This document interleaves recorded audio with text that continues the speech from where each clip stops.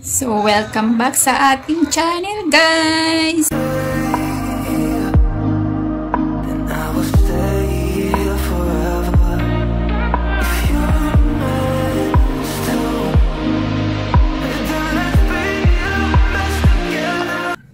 So, iniwan tayo ni Carl. So, tayo dito sa loob ng bahay mag-isa, no? So, talapusin ko lang itong mawalisin ko.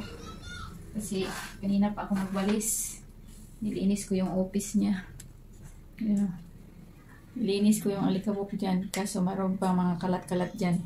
So tatanggalin natin yan pagkatapos natin magwalis. Pagkatapos natin magwalis. So pupunasan natin dyan. Kasi wala siya pagkakataon natin linisin yung ano niya.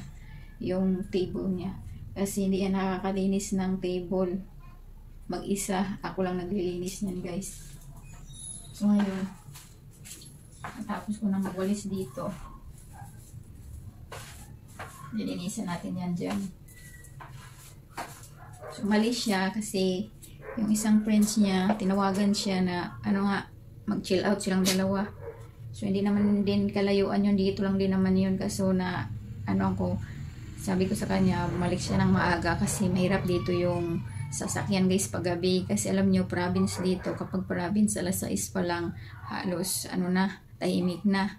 So, mayroon mang 7 dyan, yung mga estudyante na hindi pa nakauwi. O kaya mayroon pang mga, sa market na hindi nakauwi. So, yun. Mayroon konting sasakyan, pero bihira lang talaga, guys. Ganun sa probinsya. So, ngayon, tapos na tayo magwalis. Tapos na ako magwalis bago pala nag-vlog doon, guys. So, nagwalis na ako dito bago nag-vlog. Di pa rin ako nakakaligo. So, mag-aalas 6 na. Almost 6 na, guys. So, hindi pa tayo nakakaligo. Halos pawis na tayo. So, I'm so sweating after do cleaning. So, nakapagwalis na ako dyan. Kasi, nagwawalis tayo sa umaga. Nagwawalis pa tayo ng gabi. Alam nyo kung bakit? Kasi, ilan yung ating alagang pusa? 11 yung ating pusa, guys. So, lahat yan. Naglalaro dito. Minsan, nagdadala ng damo dito, dinadala. Yung pinang ginagawa nilang football. Yung mga dahon, halos minsan, dinadala nila dito. Nagdadala ng mga daga. Nagdadala ng ibon sa labas. Meron silang regalo ba? Meron silang regalong binibigay. Yung ibon na patay. Yung bat minsan. Yung dinadala nila dito, bat, mouse, birds. So parang yung sabi ni Mr. yan yung gift nila sa'yo. Kasi kumbaga, nagbibigay sila ng gift. Mayroong ibig sabihin yan, guys. Yung mga sa pusa. Kasi minsan, nakakanood kami ng mga about sa pusa. So, yung about sa paglabay nila, sa nila sa'yo. Pag dikit-dikit, so may ibig sabihin sila. So, minsan si Mr. alam yan. So, nagdadala sila dito ng mga regalo. Kaso regalo nila patay na daga, patay na ibon, patay na bat. Minsan, makikita mo dito, ang gulo-gulo kasi nagtatakbuhan sila. Yung mga nakikita nilang mga butiki, yan nahabol nila, pati yung mga maliliit na insekto na lumilipad dyan, nahabulin niya nila. So, nakakatuwa yan sila, guys. So, ganun, guys, yung ating, ngayon. So, nagwawalis, naglilinis tayo ngayon. Tapos, maya-maya maliligo tayo. Ganun.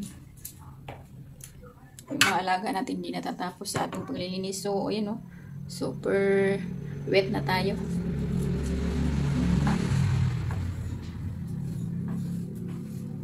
So, tapusin ko muna to, guys.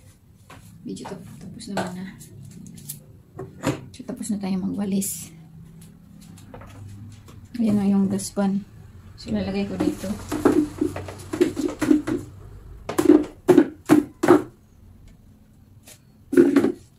So, dito natin ilagay yan. Yan. Yung natin. So, madilim na, guys. Pupunasan ko pa yung natin. Yung office ni Mr. So, ito. Pupunas. So, pagkakataon natin itong linisin kasi wala siya dito. Sinundo siya ng friends niya. So, pinapayagan ko naman siyang lumabas kasi busy naman siya lagi sa work, palagi ng work dito sa office niya, palagi lang siya dito. So, kapag mayroon, bihira lang naman si Carl lumabas kasi mag-isa. Halos dalawa kaming lumalabas kapag namimili. Lagi kaming magkasama paglalabas. So, binibigyan ko siya ng time na may kasama din siya ng ibang tawag dito. Yung kaibigan niyang, foreigner din. May kaibigan siyang foreigner dito. So, hinahayaan ko siyang, lumabas minsan. Para naman sa kanyang health. Kasi minsan, stress siya sa work. So, kailangan niya rin maglabas kasama ng, lalaki, friends. So, lalaki, na hindi tayo kasama. So, iba din. Kapag mayroon silang, privacy, mga kalalakihan. So, isang foreigner din yun, guys. So, American citizen siya. Si Mr. British. So, magkasundo naman sila dito. So, yun nga lang. Yung lamesa niya dito is maraming, tawag dito, maraming dumi. So, minsan din, bigyan natin ng, ba itong ko? Bakit ang dumi-dumi ko. Maraming puti-puti. Hayaan mo na yan kasi maliligo tayo. So, nahayaan ko lang si Carl na umalis mag-isa ngayon kasama ang friends niya. Tapos tayo mag-isa lang dito. So, ito yung gagawin natin, maglinis. Maglinis ng office niya.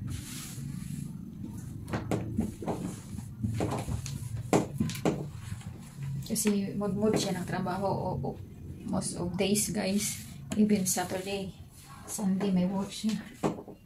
May work siya ng Monday to Sunday. Minsan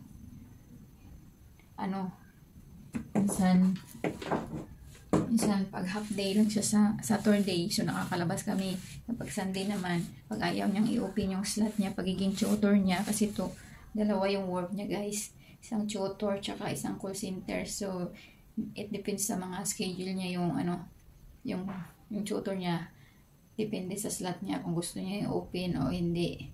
Short time lang siya sa tutorial. Ang full time niya is yung call center.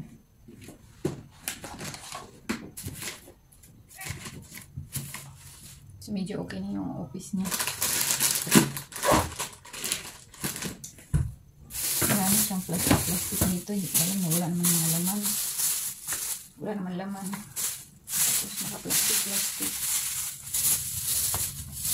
Naka-plastic din yung ito kasi ito yung bips niya. Nagbibips kasi si Carl.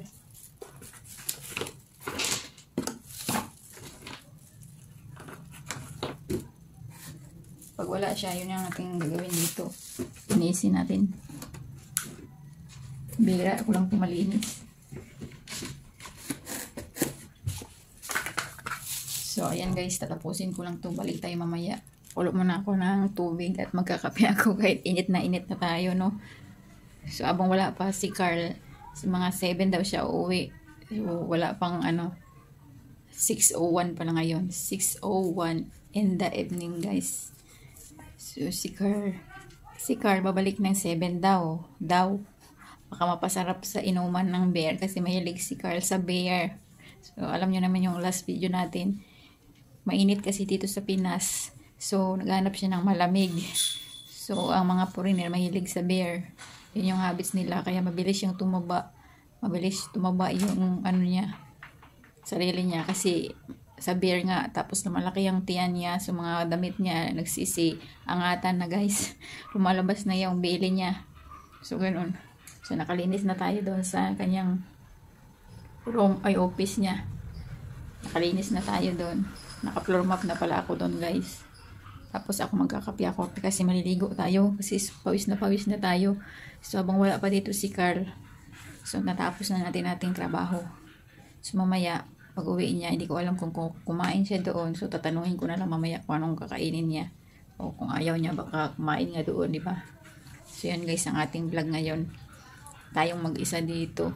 Iniwan natin, binigyan natin siya ng araw para sa kanilang privacy din ng mga lalaki. So, iba daw kasi yung sila lang mga lalaki.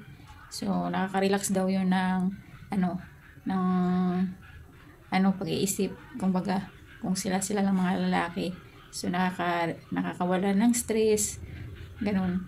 Bihira lang naman yun siya lumabas mag-isa. So yun guys, ang ating vlog, no, magkakape ako tapos maliligo. So antayin natin kung kailan darating si Carl.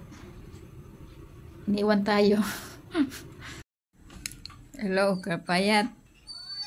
You're drunk. You're pretending. What time now? I was playing.